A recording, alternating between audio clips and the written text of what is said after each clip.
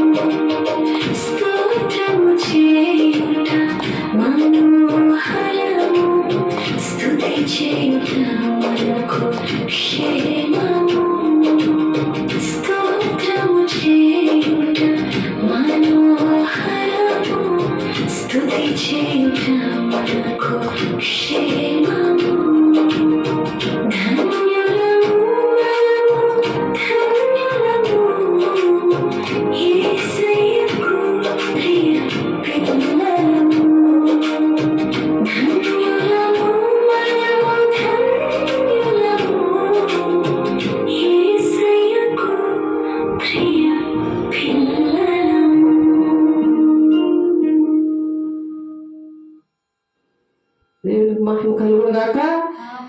23-14 యెహోవా నిబంధన మందసం గురించి ఉంది అక్కడ.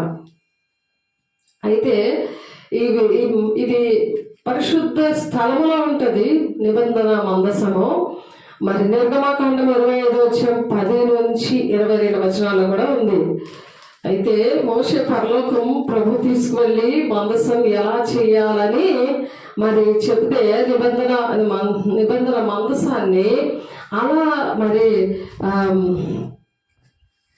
బెస్లెహేమని అతను మరి ఆ సేవకుడు మోషే చెప్పిన ప్రకారము చేశాడు. ఆయనేమో దేవుడు అభిషేకించాడు అనమాట.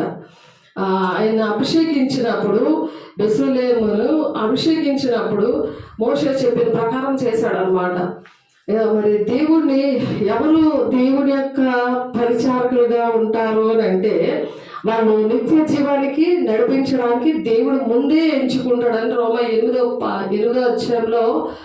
ఉంటుంది అక్కడ. కాబట్టి ముందుగా ఏర్పాటు చేసుకుంటాడని 8వ ఉంటుంది రోమా పత్రికలో. అయితే అద్వితీయ సత్య దేవుడైన నిన్నును నీవు పంపిన యేసుక్రీస్తును ఎరుగుటయే నిత్య జీవము అంటున్నారు. మనం దేవుని ఎరిగినప్పుడే నిత్య జీవానికి కావలసిన పరికరాలలో అతి పరిశుద్ధ స్థలములో ఈ మందసం అనేది మరి పరిశుద్ధ స్థలము ఉన్న ప్లేస్లో ఉంటుంది. అతి పరిశుద్ధ స్థలములో ఉన్న మందసాన్ని గురించి దేవుడు ఈరోజు మనతో మాట్లాడుతున్నారు. ఇశ్రాయేలు ప్రజలు ఇశ్రాయేలు మందసం దగ్గరకు ఎవరిని కూడా రానివ్వరు. వాళ్ళెవ్వరిని ఇశ్రాయేలు ప్రజలు చూడనివ్వరు. మరి ఇప్పుడైతే వారి దగ్గర కూడా లేదు. ఇప్పుడు కూడా వారి దగ్గర లేకపోయినా సరే మరి ఇది ఎప్పుడు తయారైందంటే దేవుడు 40 రోజులు మోషే గారు మరి సీనాయి కొండ మీద ప్రార్థన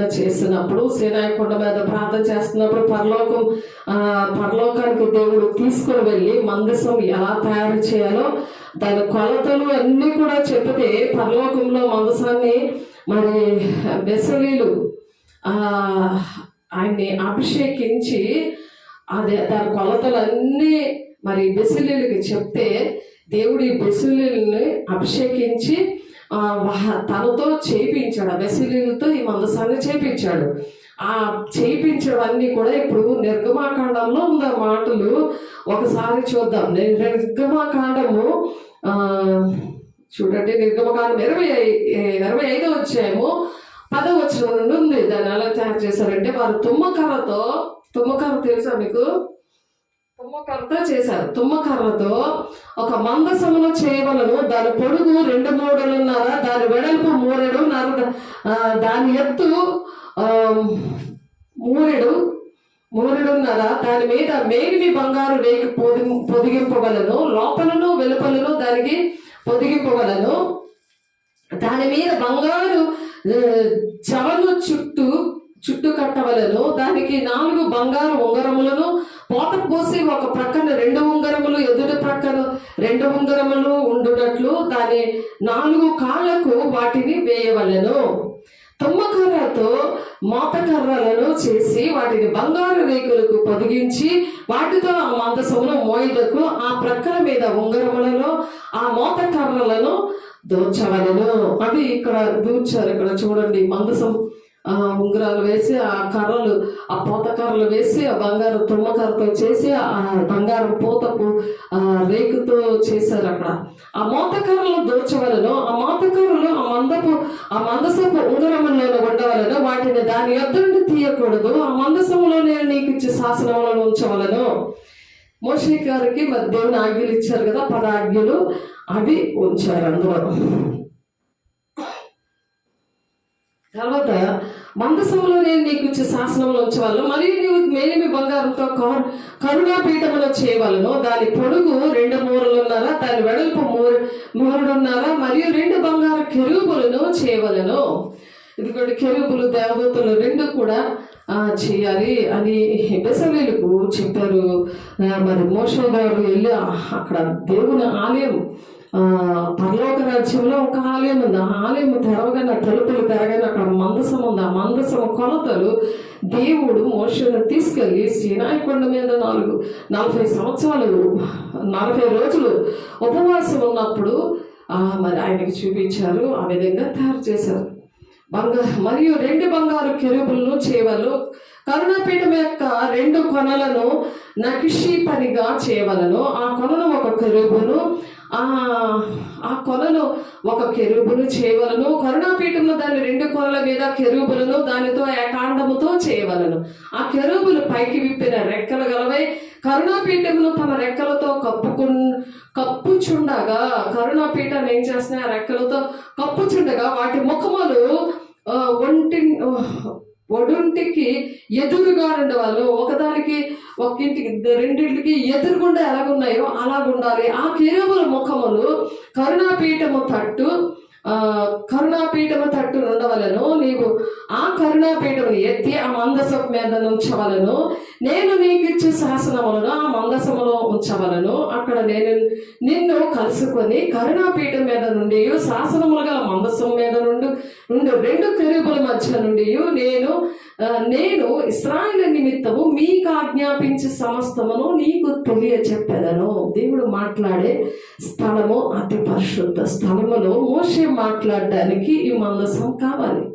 మరి మనకు కావాలా వద్దా?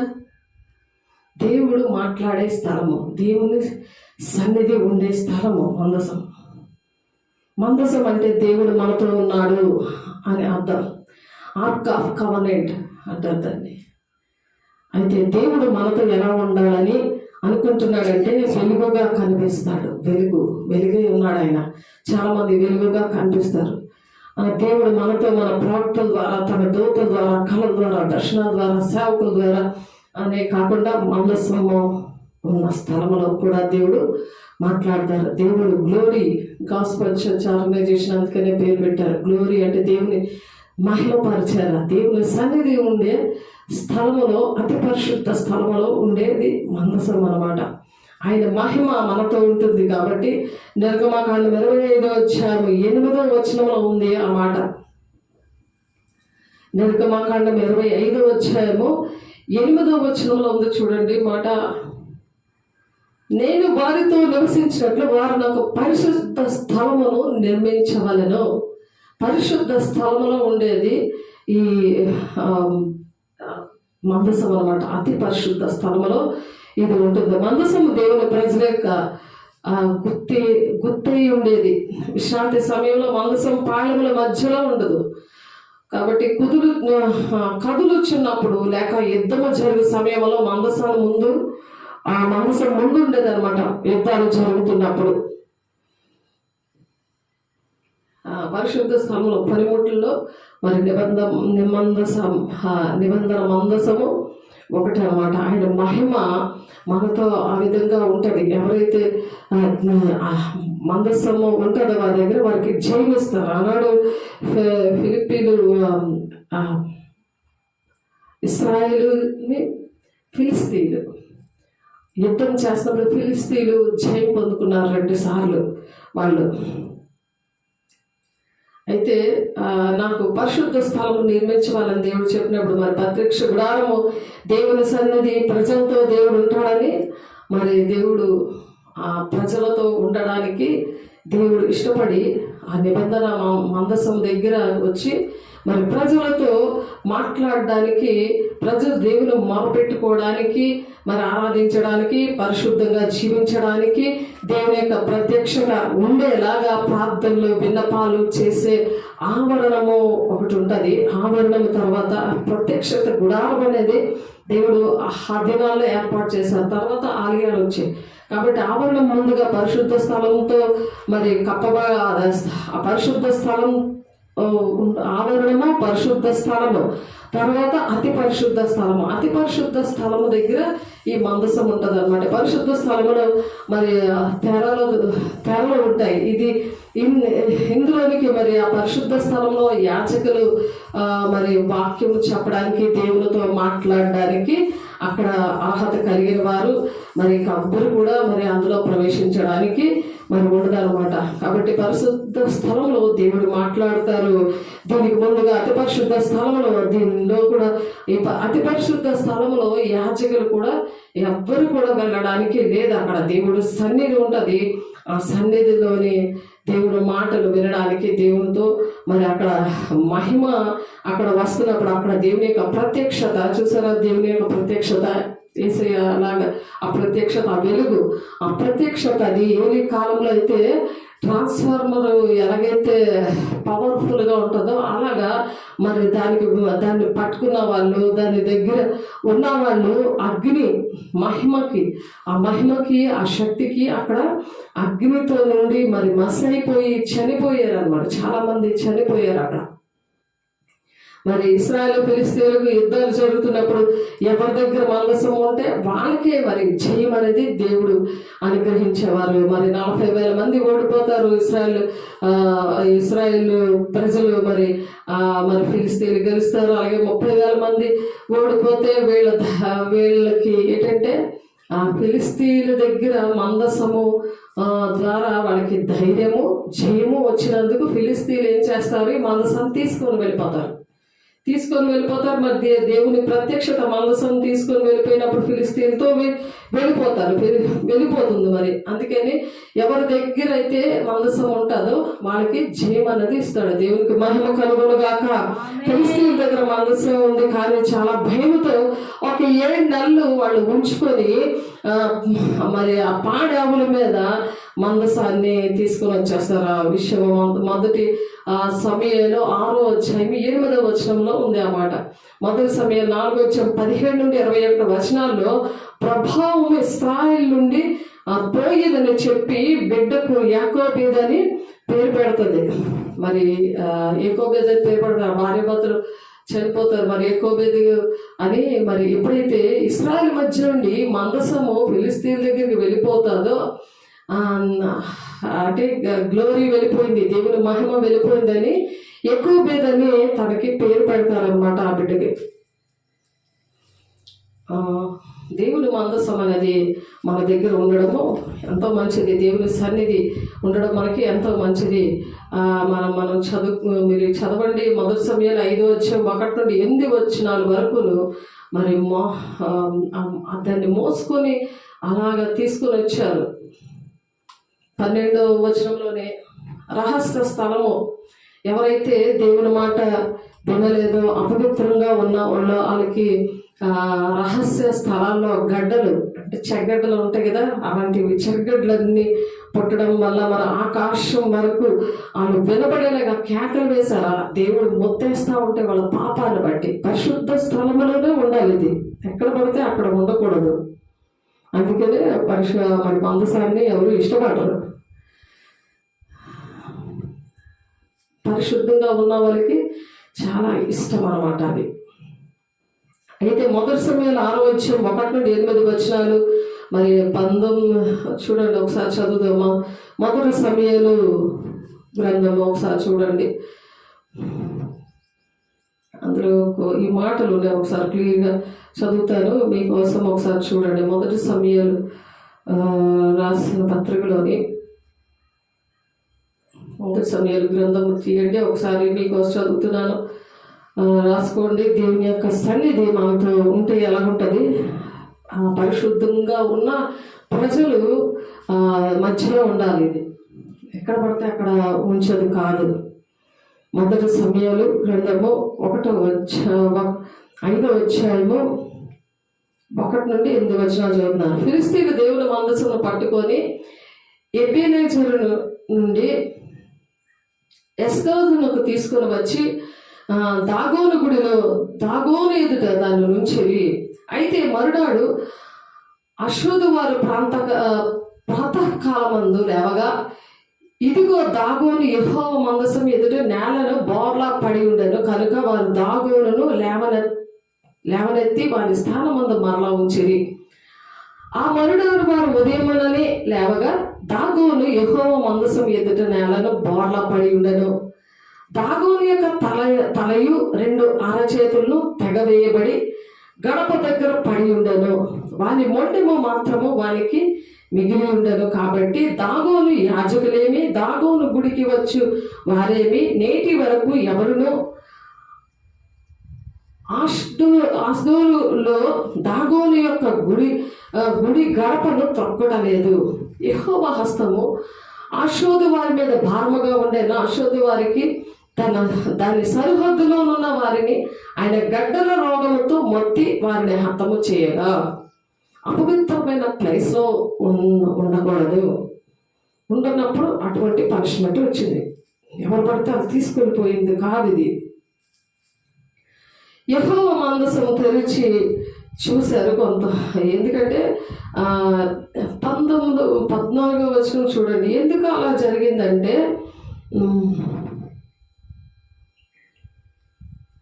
మొదటి సమయంలో 6వ అధ్యాయము 1 నుంచి 8 వచనాలు చదువుదాం. యెహోవా మందసం 7 నెలలు ఫిలిస్తీన్ల దేశమందు ఉన్న తర్వాత ఫిలిస్తీన్ల యాజకులు శకునము చూచు వారిని పిలువనంపించి, యెహోవా మందసంని ఏమి చేయడము, ఏమి చేసి స్వస్థలమునకు దాన్ని పంపుదమో చెప్పుడనగా, వారు ఇశ్రాయేలు దేవుని మందసమును పంపివేయ ఉద్దేశించిన ఎడలా ఊరకే పంపగా, ఏ విధము చేతనైనను ఆయనకు అపరారాధమైన అర్పణము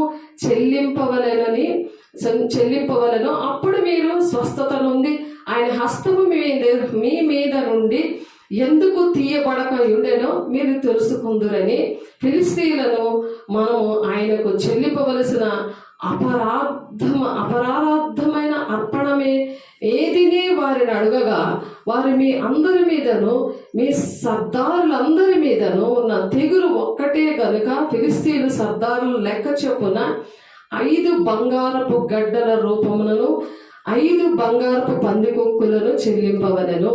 బంగారంతో చేసినవి అవి అపరాధము చేసినందుకు, అంటే పాపము చేసినందుకు.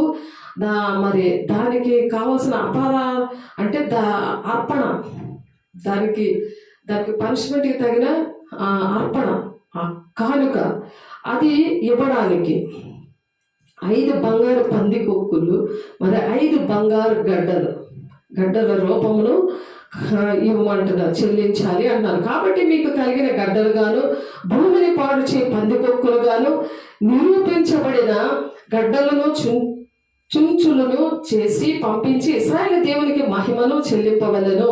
అప్పుడు మీ మీదను మీ దేవతల మీదను మీ భూమి మీదను భారముగానున్న తన హస్తము ఆయన తీసివేయను కాబోలు. ఐగుప్తీయులు ఫరోయులు తమ హృదయములను కఠినపరుచుకున్నట్లు మీ హృదయములు మీరెందుకు కఠినపరుచుకుందరు?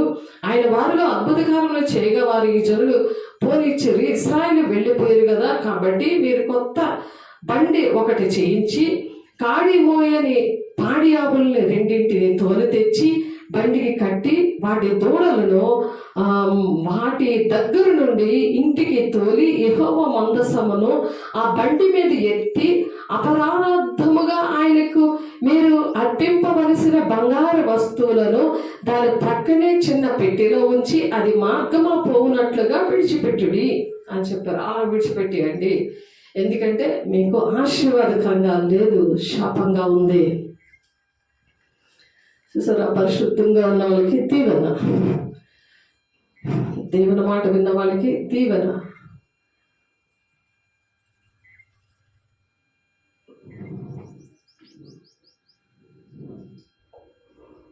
యెహోవా మందసం తెరిచి చూశారు. అక్కడ చూసినందుకు ఏదైందో చూడండి. బెత్షెమెషు వారు యెహోవా మందసమును తెరిచి చూడగా దేవుడు వారిని హతము చేసి ఆ జనులలో 50,070 మందిని మొత్తాడంట. అక్కడ ఆ మందసమును తెరిచి చూశారు. అసలు ముడితేనే చనిపోతారంటే అది తెరిచి చూశారు అందులో ఏంటుందని. 50,070 మందిని మొత్తాను. యెహోవా గొప్ప దెబ్బతో అనేకులు మొత్తగా జనులు దుఃఖాక్రాంతులైరి. ఆ లోపల ఏంటి ఉంటాయంటే 10 ఆజ్ఞల పలకలు, అహరోను కర్ర, మొన్న మన్నా ఉన్న పాత్ర. ఎందుకంటే అది ఇప్పుడు ఎక్కడుందంటే దాన్ని కనుగొన్నారు ఇర్మియా గారికి. ఇర్మియా గారు మూడో అధ్యాయంలో ఆ మాటలు ఉంటాయి. ఇర్మియా 3వ అధ్యాయంలో మందసం గురించి ఉంటుంది. మళ్ళీ సైన్సిస్టులు మరి మందసం ఎక్కడుందో తెలియాలి అని మరి చెప్తా ఉంటారు. ఒక సైన్సిస్ట్ మరి తనకు తెలిస్తే అది ఎక్కడ ఉందో అని చెప్పారంటే, గొల్గోతా కొండ యేసయ్య ఎక్కడైతే సిలువ వేశారో అక్కడ యేసయ్య రక్తము కరెక్ట్గా ఆ కాళ్ళలో మేకులు కొట్టారు కదా, అక్కడ తల దగ్గర నుండి ఆ గాయాలన్నీ కూడా ఆ రక్తము వచ్చి సరిగ్గా ఆ కింద ఒక రాయి ఉంది, దాని కింద ఆ మందసం మీద ఆ రక్తము పడింది. అది సజీవంగానే ఉంది. ఆ బ్లడ్ దాన్ని పరీక్షిస్తే అవన్నీ కూడా రక్త పరీక్షలు అవన్నీ కూడా దాన్ని చేశారు. అది ఇప్పటికీ కూడా సజీవంగా ఉంది అనమాట. అలాంటి సాక్ష్యము యేసయ్య రక్తము, అటువంటి పరిశుద్ధ రక్తం ద్వారానే మన పాప క్షాపన అందుకే వస్తుంది. ప్రతి ఒక్కరికి స్వస్థతలు వస్తున్నాయి. ఆ రక్తం ద్వారానే సాతానుడు భయపడుతూ ఉన్నాడు. అటువంటి పరిశుద్ధ రక్తము ఆ విషయంలో దేవుడు ఒక సైన్సిస్ట్కి చూపించినప్పుడు అవన్నీ కూడా చూశారు. 23 ఆ క్రోమోజోములు ఉంటాయి కదా, అందులో ఆ జీన్స్లోని ఆ రక్తంలోని మరి ఒక పరిశుద్ధాత్మ కణము ఉంటుంది. రోనియట్ అనే ఒక శాస్త్రవేత్త అనమాట. తను కనుగొన్నాడు. అది దేవుడు ఎవరికి చెప్పొద్దని చెప్పాడు. కానీ తను చెప్పినందుకు క్యాన్సర్తో చనిపోతాడు అతను. కాబట్టి మందసం అంటే మరి యేసయ్య యొక్క సన్నిధి అనమాట. దేవుడు మనకు తోడు అని. మరి యేసయ్య పుట్టినప్పుడు ఇమ్మానుయేలు అంటే ఇమ్మానుయేలుగా పుడతాడని 7:14 ప్రవచనం ఉంటుంది. అంటే దేవుడు మనకు తోడు అని అర్థం మందసం అంటే. మరి నిర్గమకాండము 19:16-17 ఉదయం అయినప్పుడు ఆ పర్వతం మీద ఉరుములు మెరుపులు మరి సాంద్ర మేఘము బోర యొక్క మహాధ్వని అక్కడ కలుగుగా పాలెములోని ప్రజలందరూ వణికిపోయారు అనేసింది. ఎందుకంటే అక్కడ దేవుని యొక్క పరిశుద్ధ స్థలము దగ్గర మరి పరిశుద్ధంగానే ప్రజలు ఉండాలి అని ప్రభు చెప్తున్నారు. దేవుని మహిమ మరి దాని మీద మరి దిగి వస్తే దేవుడు వచ్చి అక్కడ మాట్లాడుతూ ఉండేవారు. షీలోహు నుండి యెరూషలేము ఎద్దులు మరి బండి పడిపోతుంటే మరి అలా చాచి మరి పట్టుకున్నప్పుడు 100 మంది అక్కడ చనిపోతారు.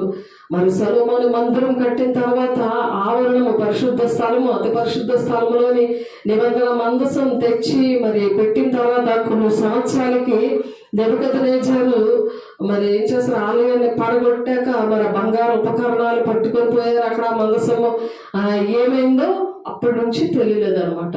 అప్పటి నుంచి దానికి ఎక్కడుందో ఏదో తెలియలేదు. కానీ ఈ సైన్సిస్ట్ ఎప్పుడైతే వచ్చాడో రోబోయట్ అని ఆయన సైన్సిస్ట్ ద్వారా మరి ఆయన కనుగొన్నాడు. ఆయనకి దేవుడు చూపించారు. ఆ విధంగా అక్కడ ఉన్నదని ఒక ఆనవాళ్ళు అంతే.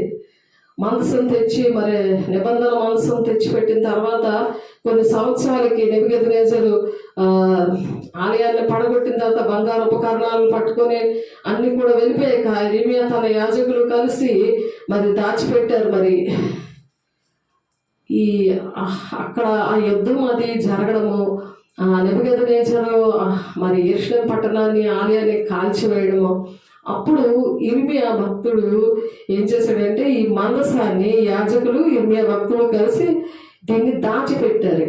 అక్కడ ఆ గొల్గోతా కొండ ఎక్కడైతే యేసయ్యను సిలువేశారో, అబ్రహాము ఇస్సాకుని ఎక్కడైతే బలివేశారో అదే కొండ దగ్గరే ఇర్మియా గారు దాచిపెట్టారనమాట. అన్నీ కూడా నెబుకద్నెజరు అంతా ధ్వంసం చేసి వెళ్ళిపోతాడు సొలొమోను కట్టిన యెరూషలేము మందిరాన్ని. కాబట్టి ఇర్మియా తన యాజకులు కలిసి దాచిపెట్టిన అప్పుడు ఎవరంటే హిల్కీయా అతను చూశాడు. మరి అప్పుడు చూసిన తర్వాత యేసయ్య వచ్చే కాలానికి 600 సంవత్సరాలు జరిగిన తర్వాత మరి దేవాలయం కట్టాలనుకున్న మత్తయి 24వ అధ్యాయంలోని శిష్యులతో చెప్తారు కదా, ఒక రాతి మీద రాతి ఉండే వరకు అందరూ నిలబడదు ఎంత చక్కగా కట్టారని శిష్యులు దేవాలయం దగ్గర యేసయ్యకి చెప్తుంటారు.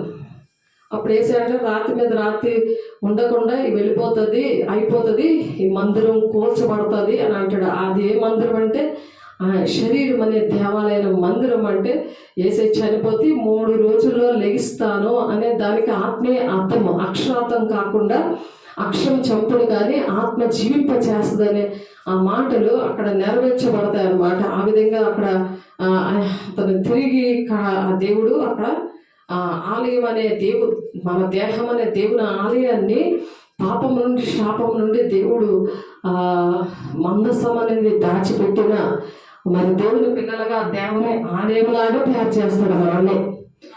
దేవునికి మహిమ కలుగును, మనల్ని మందసం లాగా ఉండమని చెప్తున్నాడు. దేవుడు నీకు తోడు, పరిశుద్ధాత్మ దేవుడు నీతో ఉన్నప్పుడు ఆ మందసం నీ ఒంట్లో ఉన్నట్టు లెక్క. దేవునికి మహిమ కలుగును గాక. అసలు మందసం ఏమైందని ఇప్పుడు మరి మందసాన్ని మరి దాని విషయంలో ఫరో ఏం చేశాడు, అక్కడ ఆలయాన్ని ఎక్స్టెన్షన్ చేశాడు. రోమా ప్రభుత్వం కూడా ఎక్స్టెన్షన్ అంటే పొడిగించారు. కానీ అక్కడ ఎవరు కూడా మందసం ఏది అని అడగలేదు. అక్కడ శిష్యులు కూడా మందసం ఏది అని కూడా అడగలేదు. ఈ ఆలయం ఎంత బాగుందో అని అన్నారు. కానీ యేసయ్యని మందసము మరి నెబుకద్నెజరు అన్ని కూడా పాడు చేశాడు కదా, మందసం ఏమైందని కూడా ఎవరు అడగలేరు. యేసయ్య చనిపోయాక మానవుల రక్షణ కోసం మరి మరి తెర చినిగిపోయిన తర్వాత అందరికీ అక్కడ మందసం లేదు అని అప్పుడు తెలిసింది. దేవునికి మహిమ కలుగును గాక. తెర చినిగిపోతుంది కదా, ఆయన చనిపోయినప్పుడు భూకంపాలు వస్తే సమాధుల్లో ఉన్న లెగిస్తారు. మధ్యాహ్నం 3 గంటలేమో చీకటిగా అయిపోతుంది. అప్పుడు తెలుస్తుంది మందసం లేదు ఇక్కడ. తెర చినిగిపోయిన తర్వాత అసలు అది ఎవరు చూడకూడదు. అంత పవిత్రమైనది, ఎంత పరిశుద్ధమైనదో అంత మరణకరమైనది అపవిత్రులకు. నిబంధన మందసం ఆయన ఆలయంలో మరి అక్కడ కనబడలేదు. మరి ఇక్కడ యోహాను గారికి కనబడింది. ప్రకటన గ్రంథంలో 1:19 మరియు పరలోకమందు దేవుని ఆలయము తెరవబడగా దేవుని నిబంధన మందసం ఆయన ఆలయంలో కనబడను. పరలోకములో ఒక మందిరం ఉంది. మనం చెప్పుకుంటున్నాం కదా, జొన్నగుడ్డలో మరి బంగారపు దేవాలయం ఉన్నది. అక్కడ మనం వారమంతా చెప్పుకున్నాము, పోయిన వారం కూడా చెప్పుకున్నాము. ఆ మందసము దేవుని యొక్క దేవాలయం 460 ఎకరాల భూములు ఏ విధంగా దేవుడు 4వ మందిరము కట్టించాడు. ఆ మందిరము ఏంటంటే పరలోకములో ఉండడం ఆయన చూశాడు. అందులో ఆ పరలోకములో దేవుని ఆలయము తెరవబడగా దేవుని నిబంధన మందసము ఆయన ఆలయములో కనబడింది. అప్పుడు మెరుపులు, ధ్వనులు, ఉరుములు, భూకంపములు, గొప్ప వడగండ్లను పుట్టాయి అన్నమాట. దీనికోసం హెబ్రీయులకు రాసిన పత్రిక 9వ అధ్యాయము 4 నుండి 8 వచనాల్లో కూడా ఉంది. చూడండి, హెబ్రీయులకు రాసిన పత్రిక 9వ అధ్యాయము 4, 5 వచనాలు చూద్దాము. మరియు దేవుడు 7వ దినమున తన కార్యములన్నింటినీ ముగించి విశ్రమించాను. హెబ్రీయులకు రాసిన పత్రిక 9వ అధ్యాయం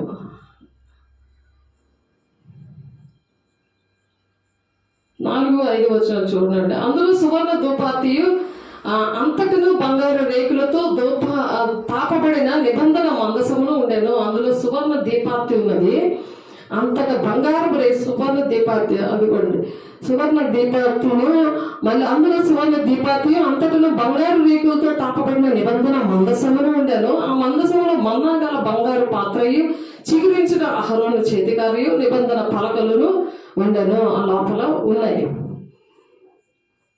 దానిపైన కరుణాపీఠంలో కమ్ముకొని చిన్న మహిమగల కెరూబులుండెను. వాటిని గూర్చి ఇప్పుడు వివరముగా చెప్పవల్లపడదు. ఇవి ఇలాగ ఏర్పరచబడినప్పుడు యాజకులు సేవ చేయొచ్చు. నిత్యము ఈ మొదటి గుడారంలోనికి వెళ్ళుదురు గాని సంవత్సరంలో ఒక్కసారి మాత్రమే ప్రధాన యాజకుడు ఒక్కడే రక్తము చేత పట్టుకొని 2వ గుడారంలోనికి ప్రవేశించును.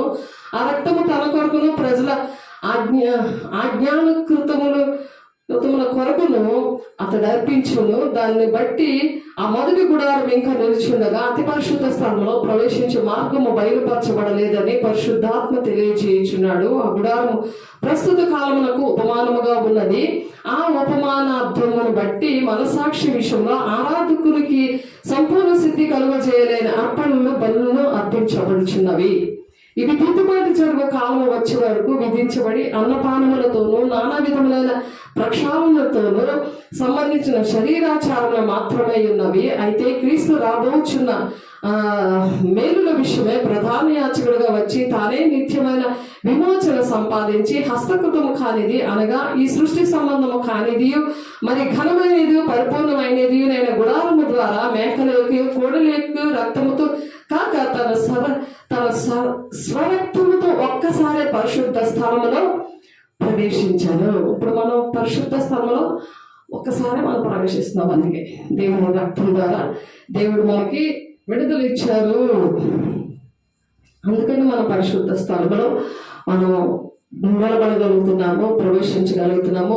నిత్యుడగా ఆత్మ ద్వారా తను తాను దేవునికి నిర్దోషుడిగా అర్పించుకున్న క్రీస్తు యొక్క రక్తము నిర్జీవ క్రియలను విడిచి జీవం గల దేవుని సేవించుటకు మీ మనస్సాక్షిని ఎంతో ఎక్కువగా శుద్ధి చేయను. ఈ హేతువు చేత మొదటి నిబంధన కాలంలో జరిగిన అపరాధముల నుండి విమోచనము కలుగుటకు ఆయన మరణము పొందినందున పిలువబడిన వారు నిత్యమైన స్వాస్థ్యమును గూర్చిన వాగ్దానము పొందు నిమిత్తం ఆయన కృత నిబంధన మధ్యవర్తి అయి ఉండను. ఆయన మధ్యవర్తిగా ఉన్నాడు.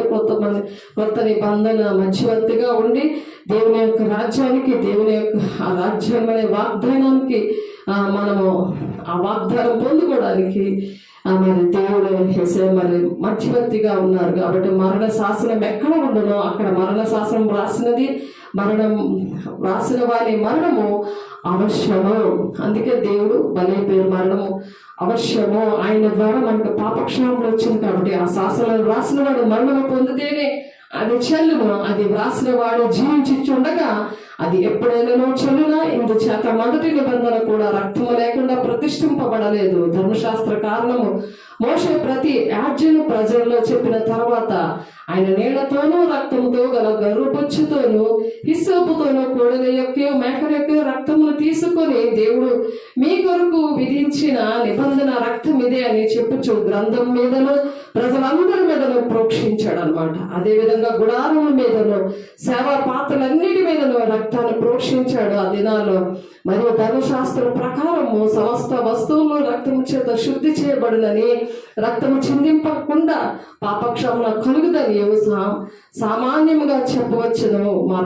పరలోకమందున్న వాటిని పోలిన వస్తువులు ఇట్టి బలి వల్ల శుద్ధి చేయబడవలసి ఉండను గాని పరలోక సంబంధమైన వీటికంటే శ్రేష్టమైన బలుల వల్ల శుద్ధి చేయబడవలసి ఉండేను. అందువలన నిజమైన పరిశుద్ధ స్థలమును పోలి హస్తకృతమైన పరిశుద్ధ స్థలములో క్రీస్తు ప్రవేశింపలేదు. కానీ ఇప్పుడు మన కొరకు దేవుని సముఖమందు కనబడటకు పరలోకమందే ప్రవేశించాను. మనం పరలోకంలో దేవుడితో మనం ప్రవేశించడానికి దేవుడు మనకి అటువంటి విడుదల ఇచ్చాడు. ప్రధాన యాచకుడిగా ప్రతి సంవత్సరము తనది కానీ రక్తము తీసుకుని పరిశుద్ధ స్థలంలోకి ప్రవేశించినట్లు ఆయన అనేక పర్యాయములు తను అర్పించుకున్నట్టు ప్రవేశింపలేదు. కానీ మరి అట్లయిన జగత్తు పునాది వేయబడిన మొదలుకొని అనేక పర్యాయములు శ్రమ పడవలసి వచ్చును. అయితే ఆయన యుగముల సమాప్తి యందు తను తానే బలిగా అర్పించుకున్నట వల్ల పాప నివారణ చేయడానికి ఒక్కసారి ప్రత్యక్షపరచబడదు. ఒక్కసారి ఆయన ప్రత్యక్షపరచబడ్డాడు. ఆయన ఆ విధంగా ఆయన మనల్ని దేవుని బిడ్డలుగా పరిశుద్ధపరిచాడు. మనుషులు ఒక్కసారి ముట్టు పొందవలనని నియమించబడింది. ఆ తర్వాత తీర్పు జరుగుతుంది. అలాగే క్రీస్తు కూడా అనేక పాపములు భరించుటకు ఒక్కసారి అర్పించబడి తన కొరకు కనిపెట్టుకొని ఉండేవారి రక్షణ నిమిత్తము పాపము లేకుండా రెండవసారి మరి ప్రత్యక్షం అవుతాడు. ఆయన ఆ మందసములాగా మనము ఉంటే దేవుడు రెండవసారి ప్రత్యక్షమైనప్పుడు పెళ్లి కుమార్తె సంఘముగా మనం సిద్ధపడాలని దేవుడు ఆశపడుతున్నాడు. ఇటు మాటలు దేవుడు దీవించును గాక. ప్రార్థన చేసుకుందాం. పరిశుద్ధుడా, ప్రేమ గల దేవ, అభిషేకుడా, అయ్యా మీకు వందనాలయ్యా, స్తోత్రాలు ప్రభా. అయా పరిశుద్ధ స్థలములో మేము నివసించడానికి నా తండ్రి అర్హత ఇచ్చిన దేవా, మా కోసం ప్రాణం పెట్టిన దేవా, మరి రెండవసారి మేము వచ్చినప్పుడు అయ్యా మేము పరిశుద్ధులుగా ఉండడానికి, మాతో ఉండడానికి నా తండ్రి పరిశుద్ధ పర్వతం మీద నాయన అయ్యా శివుల కొండకి మమ్మల్ని అక్కడ మీరు పాదం పెట్టడానికి జకర్యా 14:4 ఆ కొండ రెండుగా చీలిపోతుంది ప్రభా తండ్రి నాయన. మీరు అక్కడ పాదం పెట్టినప్పుడు ప్రభా తండ్రి పరలోక అయా సంఘము ఎత్తబడిన సంఘముతో మీరు నాయన మీరు అయా నా తండ్రి నాయన పెళ్లికి మాత్రం సంఘముతో అక్కడ మీరు నాయన రెండవసారి ప్రత్యక్షత అనేది మీకు నాయన వస్తాను అని చెప్తున్నా ప్రభా. మరి నాయన ఎత్తబడే సంఘంలో మేము ఉండడానికి నా తండ్రి మీరు వాడి మర్మాలు బోధిస్తున్నారు ప్రభానికి వందనాలు, స్తోత్రాలు స్తోత్రాలు. పరిశుద్ధాత్మ దేవుడా అయానికే మహిమ రావాలి ప్రభా. ప్రతి ఒక్కరు కూడా అయాని సన్నిధిని నాయన ఇష్టపడడానికి మందసములాగా జీవించే బిడ్డలుగా ప్రభు నాయన సన్నిధిని అనుభవించే బిడ్డలుగా నువ్వు నా తోడు ఉన్నావు అని చెప్పిన తండ్రి.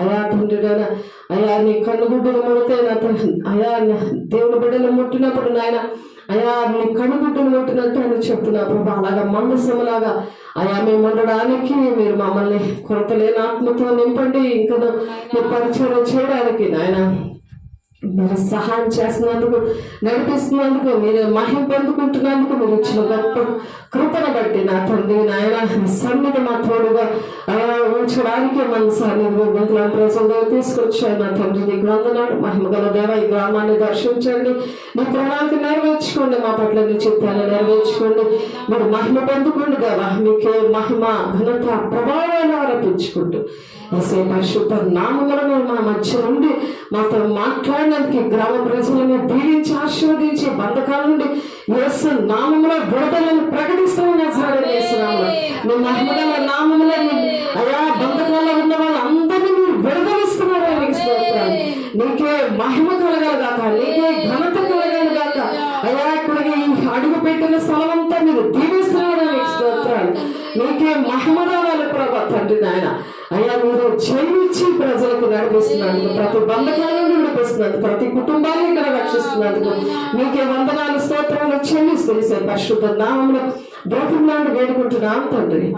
ఆమేన్ ఆమేన్. తండ్రి యొక్క దీవెన, కుమారుని యొక్క కృప, పరిశుద్ధాత్మ యొక్క నిత్య సహవాసము సదా కాలము తోడైండి నడిపించును గాక. ఆమేన్. దేవునికి మహిమ కలుగును గాక. దేవుడు మిమ్మల్ని దీవించి ఆశీర్వదించును గాక. ఆమేన్.